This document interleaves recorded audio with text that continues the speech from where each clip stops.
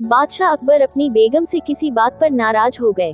नाराजगी इतनी बढ़ गई कि उन्हें बेगम को मायके जाने को कह दिया। बेगम ने सोचा कि शायद बादशाह ने गुस्से में ऐसा कहा है, इसलिए वह मायके नहीं गई। जब बादशाह ने देखा कि बेगम अभी तक मायके नहीं गई है तो उन्होंने गुस्से में कहा, तुम अभी तक यहीं हो, गई नहीं, सुबह होते ही अपने मायके चली जाना वरना अच्छा न होगा। तुम चाहो तो अपनी मनपसंद चीज साथ ले जा सकती हो। बेगम सिसक कर जनान खाने में चली गई। वहां जाकर उसने बीरबल को बुलाया। बीरबल बेगम के सामने पेश हो गया।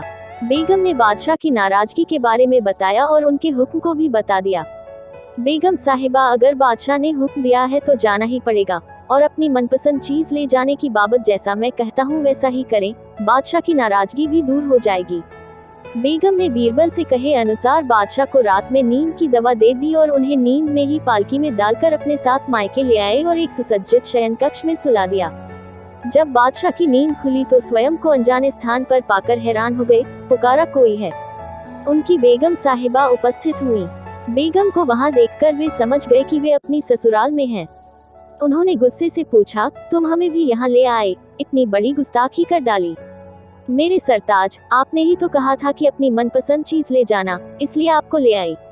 यह सुनकर बादशाह का गुस्सा जाता रहा। मुस्कुराकर बोले, जरूर तुम्हें यह तरकीब बीरबल ने ही बताई होगी। बेगम ने हामी भरते हुए सिर हिला दिया।